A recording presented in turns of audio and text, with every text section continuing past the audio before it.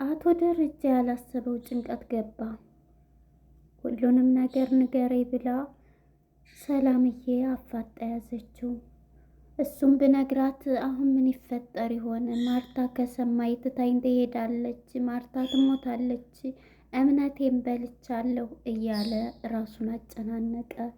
ቢሆንም ግን ይሄን ያክል ዘመን የጠበቀችውን ሰላም ሁሉንም ነገር ዛሬ እንናገር አለብኝ ብሎ ሁሉንም ነገር ነገራት። ልጅሽ በህይወት አለች፣ አሁንም ደግሞ እሷም ታቅሻለች፣ እሷ አታቅሽም፣ ነገር ግን እዚሁ ናት አለች ሲላት በጣም በጭንቀት እያሰብኩት እንዳይሆን ብቻ የጠረጠርኩት ሰላምዬ የሰማችውን ማመን አቃታት። አቶ ደረጀን እጅ ከፈንጅ ይዛ በፍጹም ዛሬ መናገር አለበት ስለ ልጄ እባክህን ብላ ጠየቀችው። መኪናው ውስጥም በመጥራት አቶ ደረጀ ሁሉንም ነገር ነገራት። ይህን የሰማችው ሰላምዬ በድንጋጤ እዛው ከመኪናው ውስጥ ፈጣ ቀረች። ኤቢ ከግድግዳ ተለጥፋ ልታዳምጥ ስትል አቶ ደረጀ እጅ ከፈንጅ ያዛት። ሁሉንም ነገር አውቄብሻለሁ አንቺ ባለጌ በማለት በቁጣና በቃ ሲያስቆጥ ነበር። ወይዘሮ ማርታ ናታን አላገባሽም እኔ አልፈልግም ብሎ ለአባትሽ ለአቶ ደረጀ ነግሮታል በማለት ለኤቢ ነገረቻት። ኤቢም ውሸት ነው፣ ድሮስ ለአባቴ ይሄንን ይለዋል እንዴ? ስለዚህ ስለሚፈራው ወዳታለሁ ብሎ አይልም፣ ስለዚህ ይወደኛልም እምቢ እንኳን ቢል እኔ በግዳጅ ነው የማገባው ብላ ወሰነች። ሰላም ጤና ይስጥልን ውድና የተከበራችሁ የቻናሌ ቤተሰቦች እንኳን ወደ ቻናል በሰላም መጣችሁ። ዳጣ ክፍል 56 ተለቀቀ። ወደ ክፍል 55 ስንመለስ እንግዲህ አቶ ደረጀ ከሰላምዬ ጋር ኪችን ሆኖ ሰላምዬም በድንጋጤና በጭንቀት ምጧ መጣባት፣ ወለደች እያለ ነበር ተመልካቾች። እሷም በድንጋጤ ነበረ ቁማ የቀረችው። ነገር ግን ወደ ክፍል 56 ስንመጣ ጥያቄዋን ቀጥላለች። አቶ ደረጀም ሁሉንም ነገር እነግርሻለሁኝ፣ አሁን ዝግጁ ነሽ ወይ? ሁሉም ነገር እንዳልሽው አይደለም፣ ልጅሽ በጣም ጥሩ ደረጃ ላይ ነው የምትገኘው፣ እኔም አውቃታለሁኝ፣ ሁሉም ነገር ታውቃለች በማለት ነግሯታል። ልጄ ማንን ትመስላለች እባክህን እያለች በጥያቄ አፋጠዋለች። ለቅሶዋ ግን የእናት አንጀት ነውና ለቅሶዋ በአራት መንታ እንባዋ ይዘንባል። ይሄንን እያየው አቶ ደረጀም በቃ ዝም በይ እያላት ነበረ። እንግዲህ ኤቢ ምን እንደሚያደርግ በአባቷ የማትተማመነው ኤቢ ሂጅና አባዬ የት ነው የት እንዳለ ብላ ውሃን ስትልካት ውሃ ደግሞ በሚደርሱ ጊዜም እንግዲህ ወይዘሮ ሰላም እያለቀሰች ነበረ። በምታለቅስም ጊዜ እንዴ አባዬ ምን አድርገሃት ነው? ለምን ነው የምታለቅሰው? መታሃት ነው? በማለት ውሃዬ በጣም ቁማ ይሄንን ጥያቄ እንትን ስትል ነበር። አቶ ደረጀም በድንጋጤና በፍርሃት ውጭ ከዝግድም እያላት በቁጣ ቢላትም እዛው ቁማ እንዴ ለምንድን ነው የመታሃት? ለምን ገረፍካት? እያለችው ውሃ ይሄን ስትል ነበረ። የዚህ ጊዜ ሰላምዬም ራሱ በለቅሶ ታጅባለች። ውጭ ብዬሻለሁ፣ ምን ልትሰሪ ነው እዚህ የመጣሽው? አንተ ለምንድን ነው እዚህ ቁመህ ለምን ገረፍካት? እያለች ውሃዬም ይሄን ስትል ነበረ። እናም በዚህ የተነሳ አቶ ደረጀ እንግዲህ ውሃን ሊያስወጣት ችሏል። ውጭ ከዝግድም አሁን ሄደች ለምን አትተኝም? እያላት እንዴ እንቅልፌ ሳይመጣ ለምን ነው የምተኛው? በማለት ወደ ኤቢ ጋ ነበር ያመራችው። ወደ ኤቢ ጋ ስታመራም ኤቢ ምን ሆነች ነው ስትላት አላቅም አባዬ ደብድቧታል ሰላምንና ሰላምዬ እያለቀሰች ነው እንዳትሄጂ አባዬ በንዴትና በጭሆት ነው ያባረረኝ በማለት ለውሃ ለኤቢ ትነግራታለች። ውሃ የዚህ ጊዜ ኤቢ እንዴት ለምንድን ነው የሚቆጣት? ለምንስ ታለቅሳለች? እያለ ንገረኝ እያለችው ነው። ንገረኝ ስትለው ነበረ። እባክሽን አትሄጂ፣ አባዬ ይገልሻል። ኤቢ እህቴ አትሄጂ፣ በጣም ተናዷል አባዬ ብትላትም ይሄ ነገርማ እኔ ነገረኛይቱ ማምለጥ የለብኝም፣ የሆነ ነገር አለ፣ ንገረኝ የምትለው ምንድን ነው? የጠረጠርኩን ነገር ባልሆነ በማለት እየሮጠች ስመጣ ነበር። አቶ ደረጀና እንግዲህ ሰላምዬ በለቅሷ ናት። አሁን ተረጋግቻለሁ ንገረኝ እያለችው እንባዋን እየጠራረገች ተረጋጊ ባክሽ፣ እኮ የህይወትና የነፍስ ጉዳይ ነው፣ እኔንም መሰቢኝ እያለ ነበርና አሁን ልነግርሽ ነው ተዘጋጅ በሚላት ሰዓት እንግዲህ ኤቢ ቀስ እያለች ኮቴዋን አድፍጣ ስትመጣ ነበር። የዚህ ጊዜ አቶ ደረጀም እየሰማ ነበርና አረማመዷም እንደ ሌባ ቀስ እያለች ነበር ኮቴዋን ስትጎትት የነበረችው። እናም በዚህ ጊዜ ሰላምም እባክህን ንገረኝ እያለች እንባዋን ተረጋግቻለሁ ስትል ነበር። አቶ ደረጀ ስለሰማ እሷን እጇን እንዴት ያዝ አድርጓት ቀስ ብሎ እንዲህ ሲያያት ከግድግዳ ጋር ተለጥባ ያያታል። አቶ ደረጀም እጇን አንጠልጥሎ እፎቅ ይዞ በመሄድ በሩን ዘግቶ እዛው ሲያስፈራራን ነበር። ምን ነይ በማለት ነው ቀጥታ አንጠልጥሏት ይዟት ሄደው። አባዬ እንዳሰብከው አይደለም፣ ምንም አይደለም እያለስ ብትለውም እንግዲህ አቶ ደረጃ አንቺ ቢነግሩሽ ያው ቢወቅሩሽ ያው ምን አይነት ልጅ ነሽ አንቺ? ከዚህ ከቤተሰብ የተለየሽ ነው፣ ከምን እንዲወጣሽ አላቅም እያለ አቶ ደረጀም በንዴት ላይ እሷ ላይ መጮህ ጀመረ። አባዬ እኔ በፍጹም እንዳሰብከው አይደለም እያለች የውሸቷን እንትን ስትነዛበት ነበር። አቶ ደረጀም እንግዲህ ዝም በይ ዝም በይ፣ እኔ ብዙ ነገር ነው የደበቅኩ፣ ዝም ያልኩሽ እንዳላወቀ ሁሉንም አውቃለሁኝ፣ አንቺ ውሸታ ማስመሳይ እያለ ምንድን ነው ከአንቺ የምትፈልጊው? እንዴት ነው አባትሽን በዚህ ደረጃ የምትፈትኙ?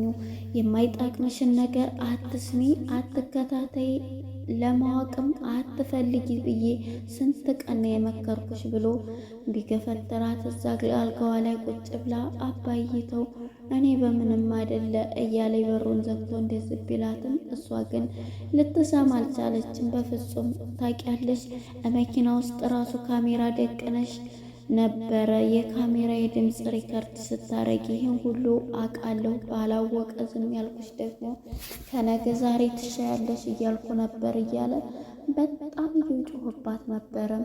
እናም በዚህ የተነሳ እሷም አባዬ በቃ ይቅርታ ብትለው ምን ብትለው የምን አንቺ ስንት ጊዜ ነው ይቅርታ እያልሽ ይቅርታሽን እየተቀበል በይቅርታ ስናሳልፍሽ የነበረው፣ ዛሬ ደግሞ ይበል ብለሽ አባትሽን ጠርጠሽ በዛ አይነት መጣሽ፣ ምን አይነት ፍጡር ነሽ እያለ የሰው ሁሉ ሰው የተባረከ ልጅ ስጥህ ይባላል። እኔ ግን የተረገመ ልጅ ስጥህ ነው የተባልኩትና እንዳንቺ አይነት ልጅ ሰጠኝ እያለ አቶ ደረጀም በጩኸት ቤቱን በአንድ ግራ ቆመው። ናታንም እንግዲህ ከበር እየመጣ ነበርና ውሃም እዛው በር እንደ መናፈሻው ጋር ነበረች እና ምግብ ቢሆና ምንድነው እባክህን ናታን እንዳትሄድ አባዬ በጣም ተናዷል፣ እንዳትሄድ ይመታል እባክህን ስትለው ያው ውሃ ምንም እንትን ብትል ስለማታዋሽ ምንድነው እኔም አንቺን ሰው ብዬ አይደለም ሰላምን ገርፏት፣ ሰላም እያለቀሰች ነው ያለችው፣ አይቻት ነው የመጣሁት። እንዴ ምን ብሎ ይገርፋታል? ደስ ይላት ደብድቧታል እያለችው ነበር።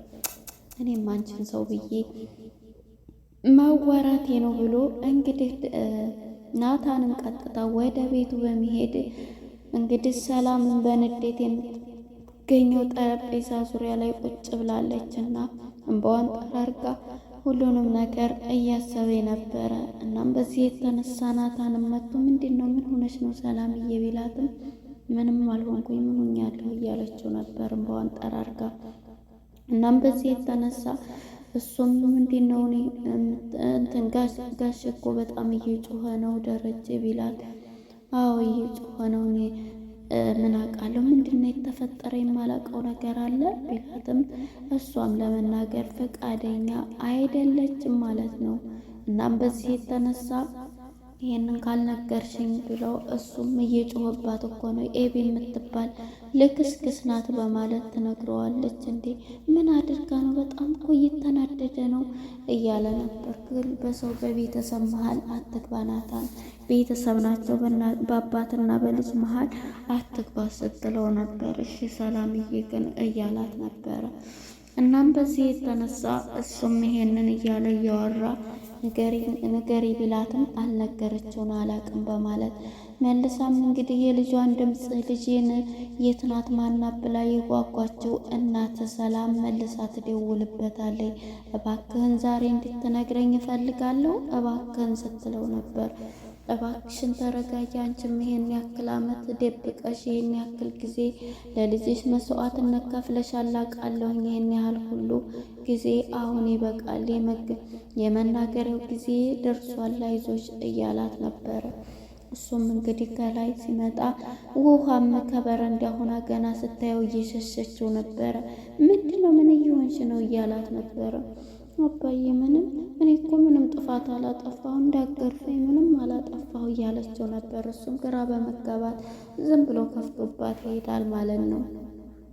እንግዲህ ወደ ዳጣና ወደ ናታን ስንሄድ ዳጣና ናታን በአንድ ቁጭ ብለው ከመናፈሻው በረንዳ ጋር ቁጭ ብለው በአንድ ኩርሲ እየዋሩ ነበር። እኔ ግን ደረጀ ይሄንን ነገር እያደርጋል ብዬ በፍጹም እንትን ብዬ አላቅም። አስበሽዋል? ይሄንን ደግሞ ማርታ ብትሰማ ምን እንደሚፈጠር ታውቂያለሽ? ቤቱ እንዳለ ይገለባበጣል። በጣም ይሄን ነገር እንዴት በእኔ ላይ ሄደ?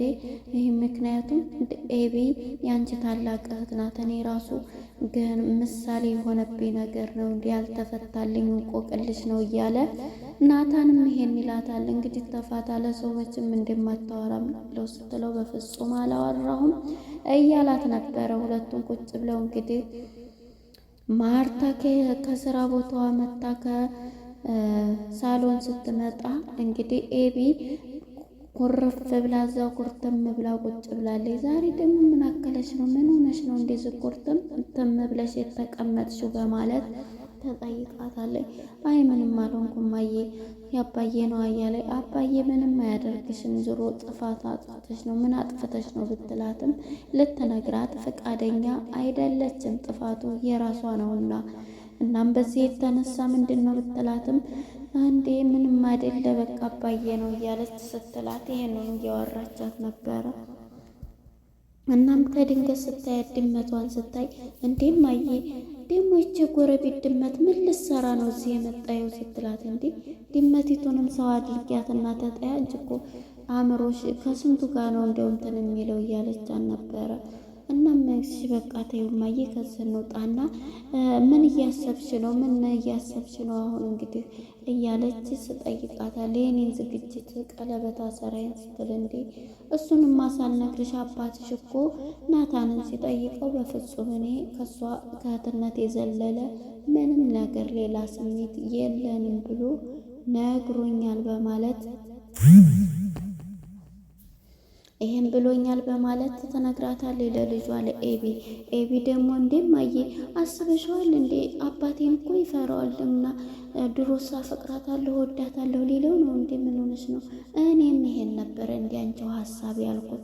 ነገር ግን እንግዲህ ናታን አልፈልግም ታለ አያገባሽ ስትላት ወዶ ሳይሆን በግዱ ያገባኛል ብላ ትፎክራለች። እናትየዋም ዞር በይ አንቺ አብደሻል ብላ ተነስታት ትታት ትሄዳለች ማለት ነው። እንግዲህ ወደ ሰላምዬ ስንመጣ ሰላምዬ አሁን ላይ ሰላም ያጣችው ማለት ነው። ቀጥታ ለአቶ ደረጀ ትደውልለታለች። ምን ፈለግሽ? ምን ሆንሽ? ሲላት እንዴ የጀመርክልኝን እኮ አልጨረስክም፣ ንገረኝ፣ ፎቶዋ እንኳን ቢያንስ ካለህ ላክልኝ ለወቃቴ ልጅን እያለች በጣም ጥያቄ እየጠየቀችው ነው። እሱም እንዴ ተረጋጊ እንጂ ምንድነው ይሄን ያክል ደግሞ ይሄን 2 ቀን እነግርሻለሁ ቢላትም በፍጹም እኔ አልችልም እያለኝ ነው። እኔ እንደውም ካለህበት መምጣት እፈልጋለሁ ስትለው እንዴ ተረጋጊ እንጂ ሰላም ታይ እንጂ ቢላት በፍጹም ልረጋጋ አልችልም፣ የምረጋጋው ስለ ልጄን ስነግረኝ ብቻ ነው ስትለው ነበር። ይሄን ነው የምፈልጊው? ስወጭ እኮ ማርታ ታይሻለች፣ እንዴት ነው የምወጪው? በምላክ ጊዜ እንግዲህ ችግር የለውም ለዚህ እትዬን አስረዳታለሁ በማለት ቀጥታ ወደ አቶ ደረጀ ጋር ትሄዳለች። አቶ ደረጀም ከመኪናው ውስጥ ቁጭ ብሎ እንግዲህ ልጄን ንገረኝ፣ እባክህን ንገረኝ፣ ይሄን ያክል ጊዜ እንትን አልኩኝ፣ ግን ልጄ በህይወት አለው ፎቶዋንም ቢሆን ስጠኝና ሌው እያለኝ እሷም እዚሁ ናት፣ አንቺም ታውቂያታለሽ፣ ነገር ግን እሷ አታቅሽም በማለት አቶ ደረጀ ይህንን መልስ ይሰጣታል። እባክህን እያለኝ በጭንቀት በጣም ተጨናነቀች ሰላም። እና አሁንም ዝም ብዬ የምነግርሽ አልችልም። ይሄንን ነገር የምነግርሽ ለአንቺ ብቻ ነው። ነገር ግን ይሄንን ለልጅሽም ሆነ ለማንም ሰው እንዳቅ አልፈልግም። አንቺ ብቻ እንድታቂ ነው ሲላት ነበር። እንዴ ለምንድን ነው ይህን ማድረግ የፈለግከው ብትለው፣ እንዴ የፈለግኩት እኔ ለማርታ እስከምነግራት ድረስ አንቺ ለምንም ነገር ትንፍሽ እንዳትይ በማለት ሁሉንም ነገር ይነግራታል። እሷም እሺ ይኸው ቃል ግቢልኝ፣ በዚህማ አይቻልም፣ ሚስጥር ከአንድ ሰው ከወጣ ይሄ ሚስጥር ሌላው እንደምንም ብሎ ያወጣውና ከዛ በኋላ ከማርታ ጋር ተለያይተን ብዙ ነገር እንደርሳለን እያላት ነበር። እሷም በፍጹም በቃ ቃል ገባው በማለት ቃሏን ትሰጣለች። በይ በማለት አንተ ሳትል እኔ በፍጹም ለምንም ነገር አልልም በይ ብሎ ይላታል። እሷም እሺ ብላ ይህን ያልላትን ትላለች ማለት ነው።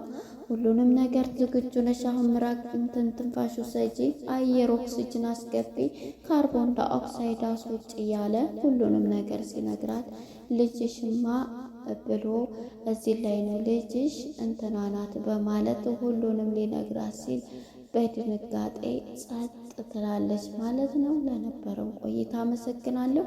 ቀጣይ ክፍል እስከምንገናኝ መልካም ጊዜ